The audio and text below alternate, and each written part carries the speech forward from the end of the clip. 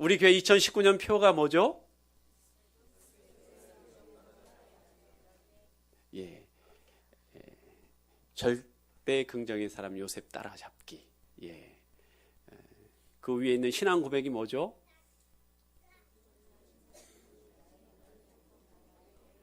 전지당하신 하나님이 나의 모든 사건 가운데 개입하시고 인도하심을 믿습니다.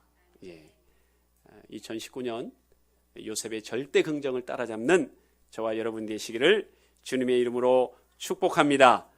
오늘 말씀에 우리가 주목해야 될 두 사람이 나옵니다. 바로 다윗과 무비보셋입니다. 여러분, 무비보셋이 누구인지 알고 계십니까? 사무엘하 4장 4절에 보면 무비보셋이 어떤 사람인지 잘 말씀하고 있습니다. 사울의 아들 요나단에게 다리 저는 아들 하나가 있었으니 이름은 무비보셋이라.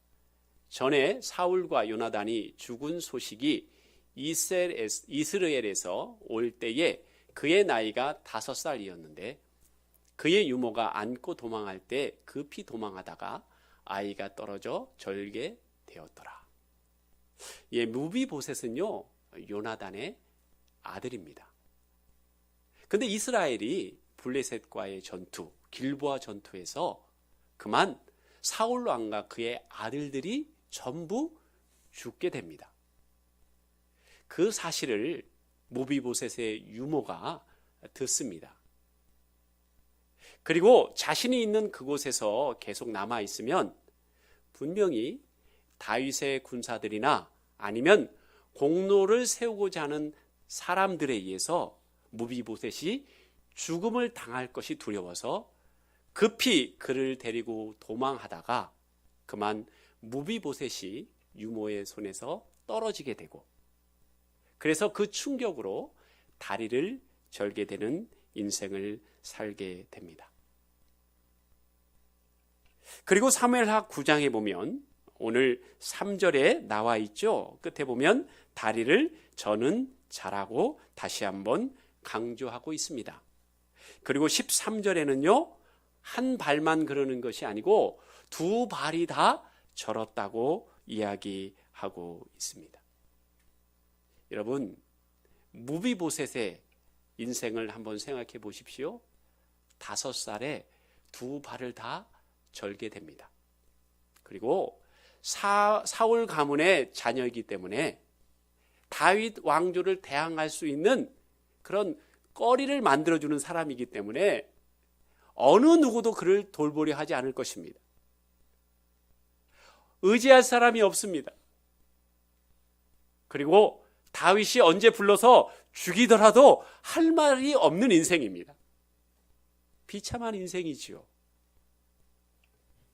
그런데 다행인 것은 로드발에 사는 암멜의 아들 마길이란 사람이 불쌍한 무비보셋을 돌보아 줍니다.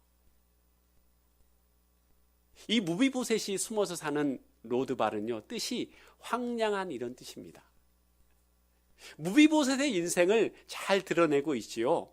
또 실제로도 로드발은 풀 한 폭이 나지 않는 광야와 같은 곳입니다.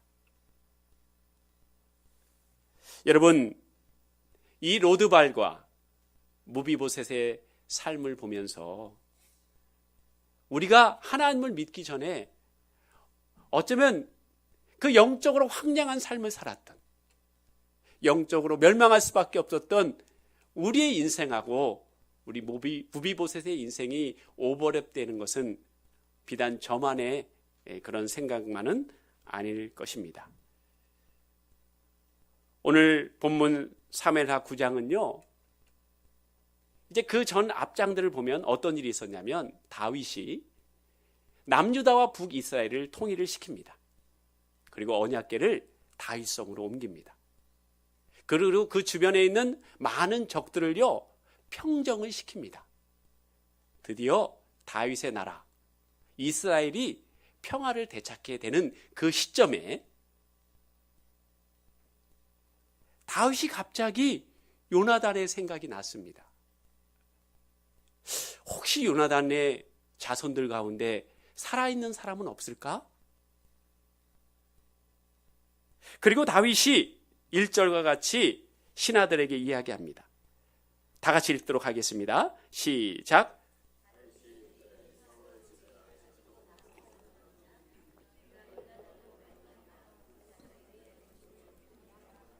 아멘.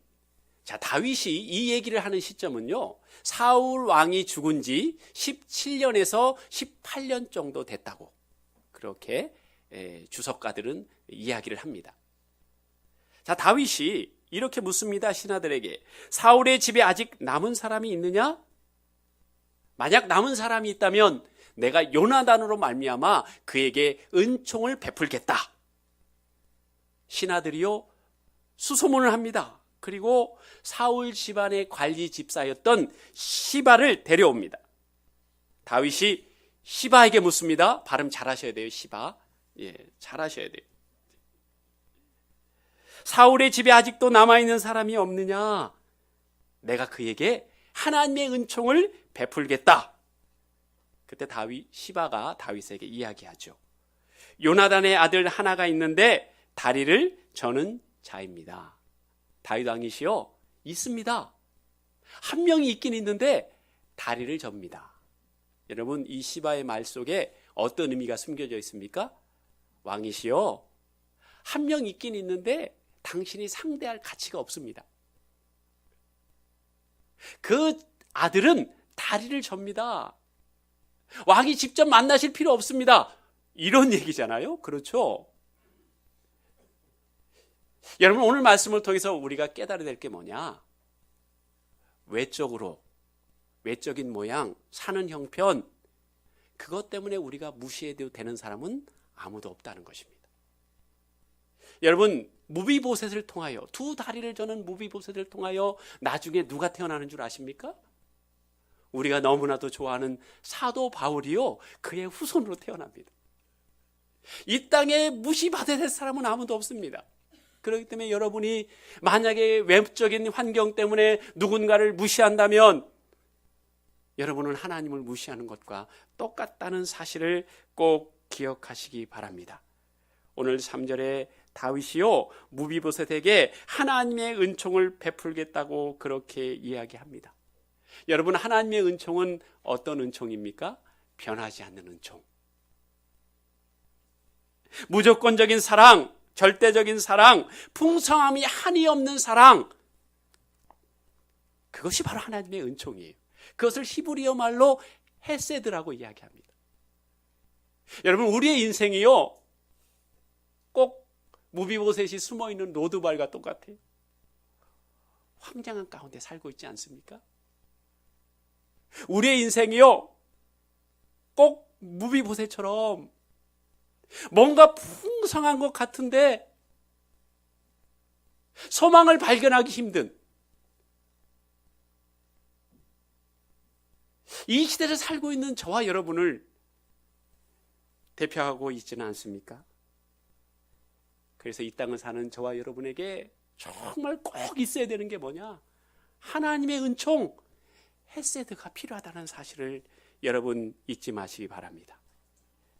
그럼 다윗이 이제 요나단의 자손을 그렇게 찾으면서 그에게 은총을 베풀고자 하는 이유가 뭘까요, 대체? 왜 사울이 죽은 지 18년이 지난 이 시점에서 굳이 왜 무비보셋을 찾으려고 하는 것일까요? 1절에 이렇게 이야기하고 있습니다. 내가 요나단으로 말미암아. 즉, 무비보셋을 찾으려고 하는 이유는 뭐냐? 다윗이 요나단과 맺은 언약 때문에 그래요. 다윗이 요나단과 맺은 약속 때문에 그래요. 대체 어떤 약속일까요? 요나단은요, 다윗이 사울로부터 위협에 처할 때 늘 다윗을 도와줬죠. 그리고 사무엘상 20장에 요나단과 다윗이 마지막으로 만나는 장면이 나옵니다. 그때 요나단이 다윗에게 이런 이야기를 합니다. 사무엘상 20장 15절입니다. 다 같이 읽겠습니다. 시작.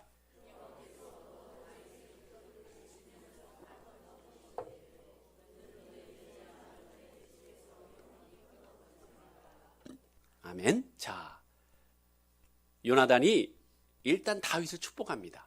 어떻게 축복합니까? 너 다윗의 대적들을 지면에서 다 끊어버리신 때에도, 자, 다윗의 대적들이 다 죽게 되면 다윗이 어느 자리에 오르게 됩니까? 왕의 자리에 오르게 되지요. 다윗, 네가 왕이 되었을 때 너는 내 인자함으로 내 집에서 영원히 끊어버리지 말라. 즉 네가 왕이 되더라도 나와의 언약을 기억을 하고 내 자손들을 잘 대접해 달라는 그런 약속을 하게 합니다. 다윗이 흔쾌히 허락합니다. 좋다고, 하나님께서 나를 그렇게 만들어 주시면 내가 분명히 당신의 자녀들을 돌보겠다고 약속을 합니다. 자, 이제 정말 요나단의 말처럼 다윗이 왕이 되었습니다. 드디어 다윗의 시대가 되었습니다. 그때 다윗이 요나단의 언약이 기억이 났어요. 요나단과 맺은 약속이 기억이 났습니다. 그래서 오늘 신하들에게 묻고 있습니다. 사울의 집에 아직도 남은 사람이 있느냐? 그래서 사울이 관리 집사였던 시바를 통해서 무비보셋을 만나게 됩니다. 여러분, 그 전에 다윗은요, 무비보셋이라는 존재를 알지도 못했어요. 그에 대한 이야기도 들은 적이 없습니다. 그렇다고 무비보셋이 다윗을 위하여 뭔가 유익한 일을 해줄 수 있는 존재도 아닙니다. 그 전에 무비보셋이 다윗을 배반하지 않는 어떠한 신뢰를 보여준 것도 아니에요. 아무 이유 없어요, 정말로. 그를 보살펴줄 조건이 없어요. 상황도 아니에요. 단지 한 가지, 다윗이 요나단과 언약을 맺었기 때문에 다윗이 무비보셋을 돌봐주고 사랑하려고 하는 것입니다. 여러분, 그럼 오늘 말씀을 통해서 성경은 다윗이 요나단과의 언약 때문에 무비보셋을 품어주고 사랑해줬기 때문에 다윗은 훌륭한 사람이다, 이것을 이야기하려고 하는 것일까요? 아무런 희망이 없고 세상을 살아갈 힘도 없고 소망도 없었던 무비보셋이 운이 좋아가지고 이제 다윗의 보살핌을 받게 되었다는 것을, 그것을 이야기하려고 하는 것일까요? 아니에요. 우리에게 하나님의 은혜가, 예수 그리스도의 은총이 얼마나 위대하고 큰 것인지를 저와 여러분에게 깨닫게 하기 위하여 오늘 사건이 성경에 기록된 것입니다. 여러분, 그렇다면 하나님이 저와 여러분에게 많은 은혜를 베풀어 주시는데, 특별히 자녀를 삼으시고 우리를 끝까지 지키시고 보호하시겠다고 약속하시는데, 대체 무엇 때문에 그렇게 하나님이 우리를 사랑하시고 자녀 삼으시고 지키시고 보호하는 것일까요? 대체 왜 그러실까요? 잘생겨서요? 이뻐서요? 착해서요? 의리 있는 사람이기 때문에요? 아니죠. 하나님이 아브라함과 약속했기 때문에, 언약했기 때문에 우리를 자녀 삼으신 것입니다. 여러분, 그래서 우리는 소망이 있어요. 나의 행동 때문에, 나의 착함 때문에, 나의 지식 때문에 만약 하나님이 나를 자녀 삼으셨다면 불안해서 어떻게 살아요? 우리가 착한 사람입니까?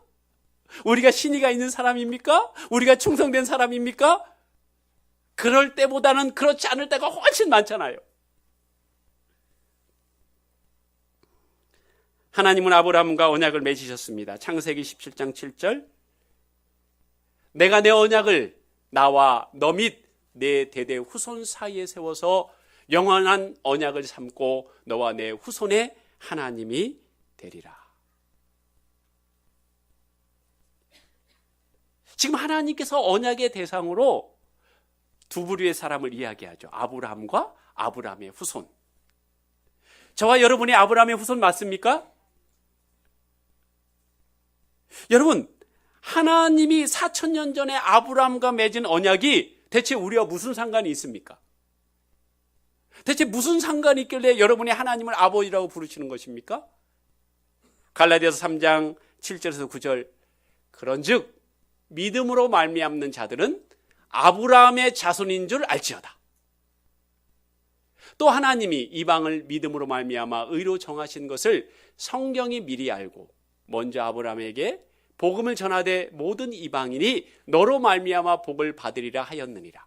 그러므로 믿음으로 말미암는 자는 믿음이 있는 아브라함과 함께 복을 받느니라. 할렐루야. 무비보셋이 요나단으로 말미암아 다윗의 은총을 받은 것처럼 멸망의 자식인 저와 여러분이 믿음으로 말미암아 예수 그리스도의 십자가로 말미암아 아브라함과 함께 하나님의 자녀가 되고 아브라함이 누렸던 복을 같이 받는다는 거예요.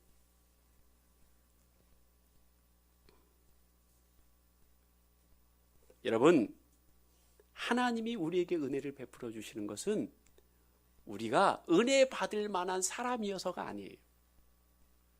우리 마음이 얼마나 수시로 바뀝니까? 하나님 살아계셔? 아니, 안 계셔. 하나님은 좋으신 분이야? 아니, 안 좋으신 분이야. 하나님은 믿을 만한 분이 아니, 못 믿을 분이야. 여러분, 하루에도 수십 번씩 그런 마음이 들었다, 안 들었다 이렇게 하시죠. 여러분, 우리가 믿을 만한 사람입니까? 우리가 정말 충성된 사람입니까? 신의가 많은 사람입니까? 그래서 하나님이 우리를 택하신 건가요? 그래서 택한 게 아니에요. 아브라함과의 언약 때문에 저와 여러분을 택한 거예요. 그러니까 소망이 있지요. 우리 행동과 우리가 어떠냐에 따라 구분 없이 하나님이 끝까지 우리를 사랑하시고 우리를 자녀 삼으시고 보호한다는 약속이잖아요.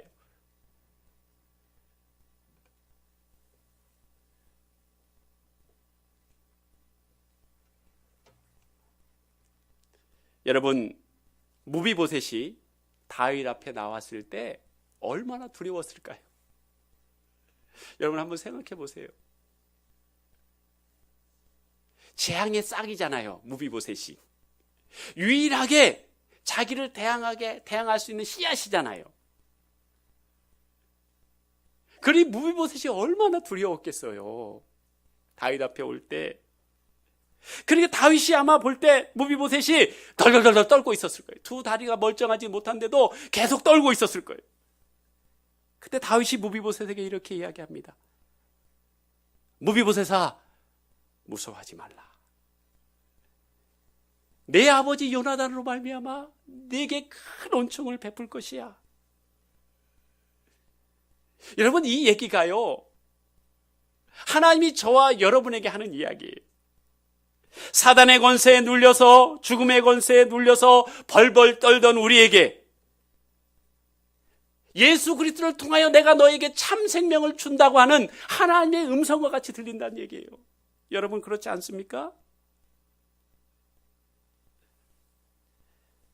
다윗이요, 무비보셋에게 두 가지 은총을 내려줍니다.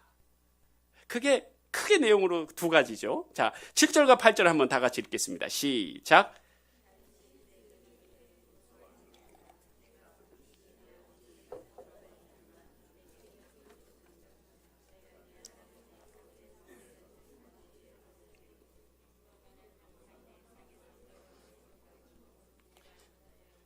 이 종이 무엇이기에 왕께서 죽은 개 같은 나를 돌아보시나이까.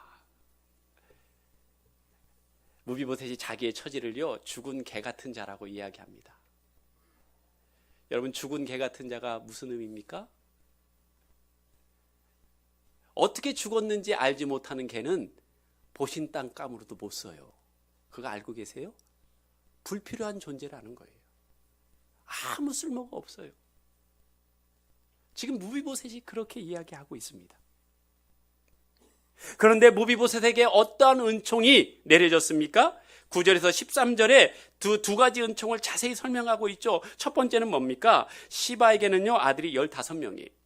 그리고 종이 20명이에요. 이 모든 아들과 종이 무비보셋의 종으로 바뀝니다. 그리고 다윗 왕이요, 그들 보고 농사를 지어서 무비보셋에게 양식을 대주라고 축복합니다. 그리고 사울 왕이 가졌던 모든 토지를 되돌려줍니다. 할렐루야. 이런 축복이 우리 가운데 충만했으면 좋겠죠? 자, 그런데 또 하나의 축복이 있습니다. 그 축복이 무엇입니까? 무비보셋으로 하여금 황량한 로드바를 떠나서 예루살렘에 거하면서 왕자 중 하나처럼 다윗 왕이 식사할 때 같이 밥을 먹자는 거예요. 이 두 가지 축복을 무비보셋에게 허락합니다. 여러분, 떡상 교제권, 그게 뭔지 아십니까? 여러분은 누구하고 밥을 드십니까? 누구하고 식사하십니까? 가족들하고 밥 먹잖아요. 즉, 이 얘기는 뭡니까? 무비보셋, 너는 이제 두려움에 떨 필요 없어. 너는 내 가족이야. 너는 내 자식이야. 너는 나의 아들이야. 안심하고 이 땅을 떠나는 동안 내 상에서 밥을 먹거라. 이 얘기예요. 여러분, 무비보셋은 어떤 인생이었어요? 아무도 돌봐주는 사람이 없었어요. 그리고 언제 죽어도 할 말이 없는 인생이었어요. 그런데 그가 신분이 바뀌어서 왕의 아들 왕자처럼 대우받는 놀라운 축복이 임했어요.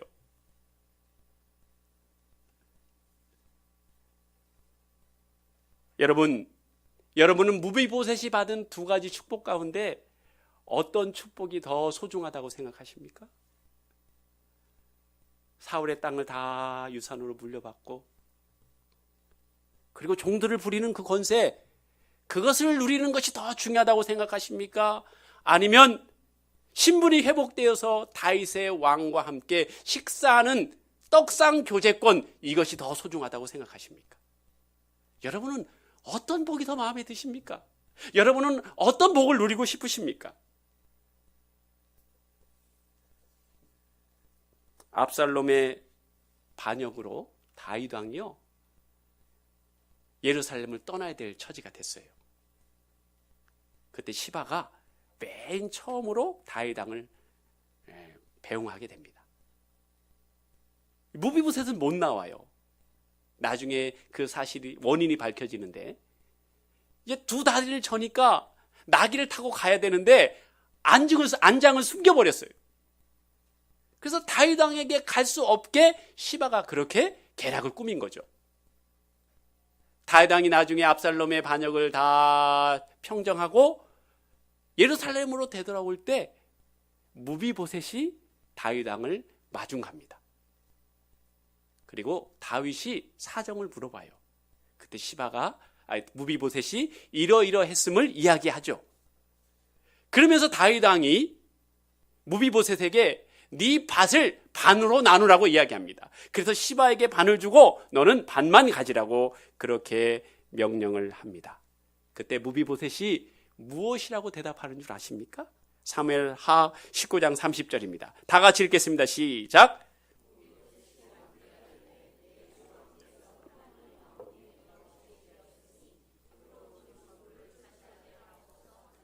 아멘. 다윗 왕이요, 당신이 예루살렘으로 평안히 돌아오셨으니까요, 저 그거 땅 필요 없어요. 왕이시여, 저는 언제 죽을지 모르는 진노의 자녀였습니다. 그런데 지금은 왕의 상에서 먹는 왕자와 같은 신분을 회복해 주셨는데 저는 그거 한 가지만으로도 너무너무 감사합니다. 그러니 사울 왕의 모든 재산 시바에게 주십시오. 저는 그 재산 필요 없습니다. 이게 무비보셋의 진심이었어요. 여러분, 이 고백을요, 저와 여러분의 고백으로 바꾸면 어떻게 되는 줄 아십니까? 하나님, 제가 진노의 자녀였는데 이제 하나님의 은혜로 하나님의 자녀가 되었습니다. 내가 이 자녀로 살아가는 권세가 부자로 사는 것보다, 승진하는 것보다, 세상 권세를 누리는 것보다 더 영광스럽습니다.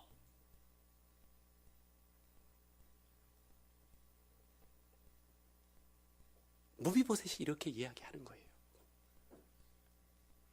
저와 여러분이 무비보셋처럼 그렇게 하나님 앞에 이야기할 수 있습니까? 정말 이 세상의 부귀 권세보다, 부귀 영화보다 하나님 자녀로 살아간다는 게 정말 기쁘고 감사합니까?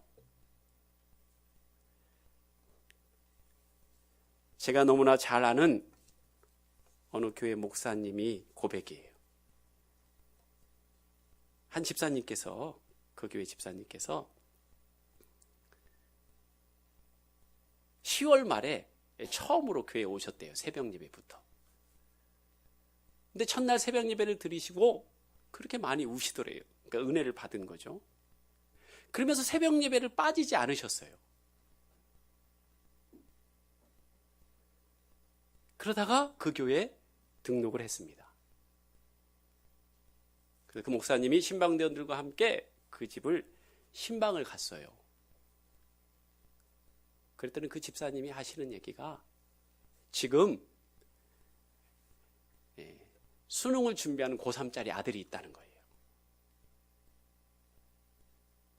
그런데 우리 아들이 대학을 잘 진학해야 되는데 이 강대상에 이 강대상 봉사하는 것, 꽃을 봉사하는 거, 그것을 하면 큰 축복을 받는다는 얘기를 자기가 들었어. 1년 내내 그 봉사를 하시겠다는 거예요.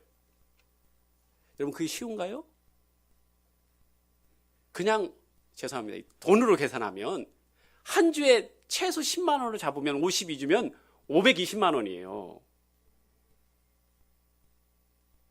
그래서 제가 그 목사님이 이제 막 등록하신 분이 그러한 헌신을 하겠다고 그러니까 말리고 싶은데 워낙 강경해서 그렇게 하게 놔뒀어요. 드디어 그분의 아들이 수능 시험을 봤습니다. 그리고 점수가 잘 나와야 되는데 점수가 못 나왔어요. 그 집사님의 말에 의하면 최악의 상황이에요. 그런데 그 이후부터 그 집사님이 교회에서 자취를 감추는 거예요. 그리고 흔적도 없이 사라졌어요.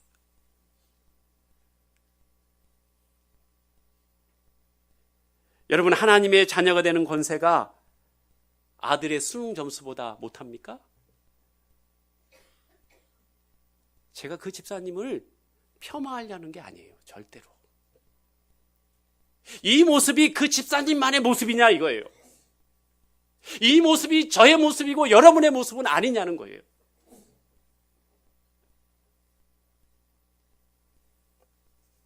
제가 이 말씀을 준비하면서 그럼 나는 어떤가?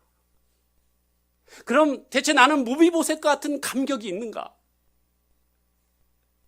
에베소 2장 3절, 전에는 우리도 다 그 가운데서 우리 육체의 욕심을 따라 지내며 육체와 마음이 원하는 것을 하여 다른 이들과 같이 본질상 진노의 자녀이었더니. 무비보셋이 바로 저였잖아요. 아무리 노력해도 지옥으로 갈 수밖에 없는 운명.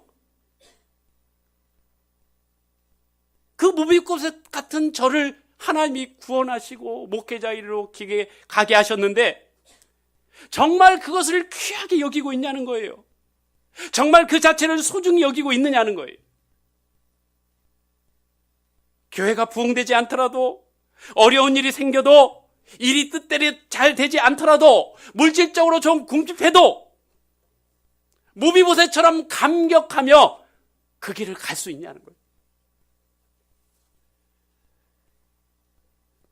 여러분은 무비보셋이 받은 은총 가운데 무엇이 더 중요하십니까?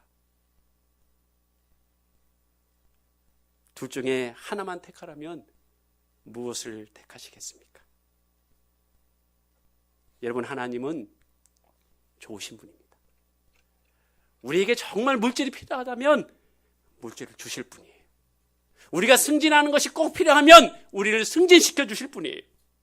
우리가 높은 권세가 필요하면 반드시 그때 높은 권세를 주실 분이에요. 그것들이 하나님을 섬기는 데 도움이 된다고 확실해지면 하나님은 반드시 우리에게 그것을 허락하실 분이에요.